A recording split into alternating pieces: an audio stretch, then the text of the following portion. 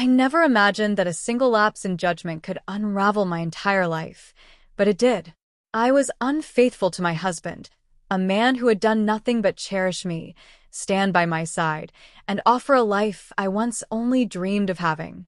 It wasn't premeditated. It began innocently enough, light flirting with a colleague, one too many drinks after late office meetings, telling myself I deserved a little freedom. I thought I was handling it. I wasn't.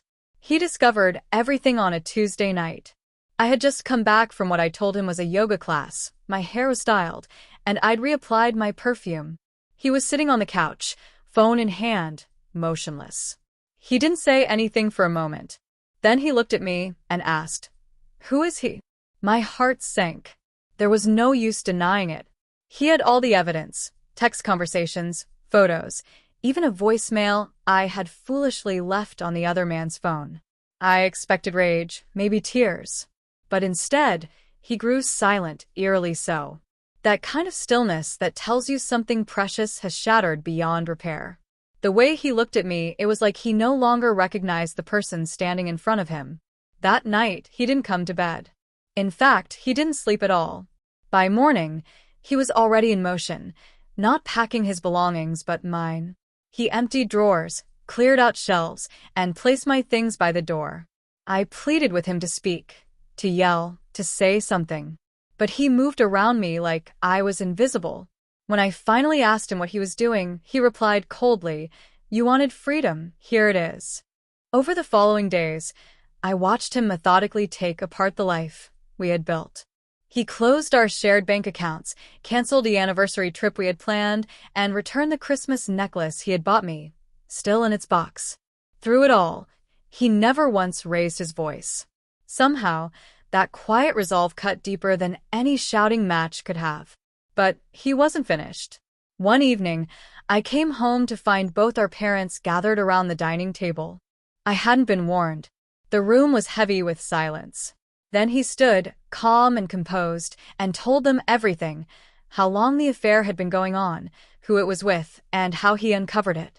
There was no anger in his voice, just cold, painful honesty. My mother sobbed. His father shook his head, unable to meet my gaze. I couldn't look anyone in the eye. And he still wasn't done. He sent a message to our closest friends, a carefully worded statement explaining our separation, laying out the truth without dramatics or exaggeration. No blame shifting, no name calling, just facts. Cold, cutting facts. And those facts hurt more than any accusation ever could. Friends stopped replying. Familiar faces began avoiding me.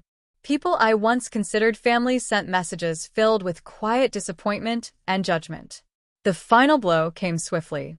He listed the house we'd bought together and sold it for less than it was worth just to cut ties. "Too many memories," he said. When I asked where he planned to go, he merely shrugged. "Anywhere that doesn't reek of lies." He even gave away our dog, well, my dog.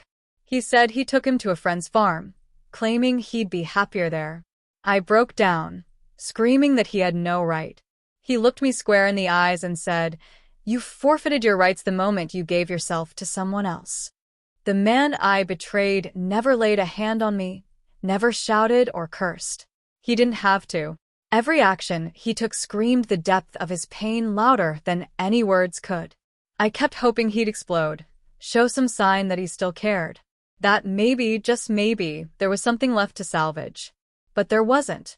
Now I live alone in a small apartment, working a job that feels hollow without his presence and encouragement. The man I had the affair with vanished the moment things turned serious.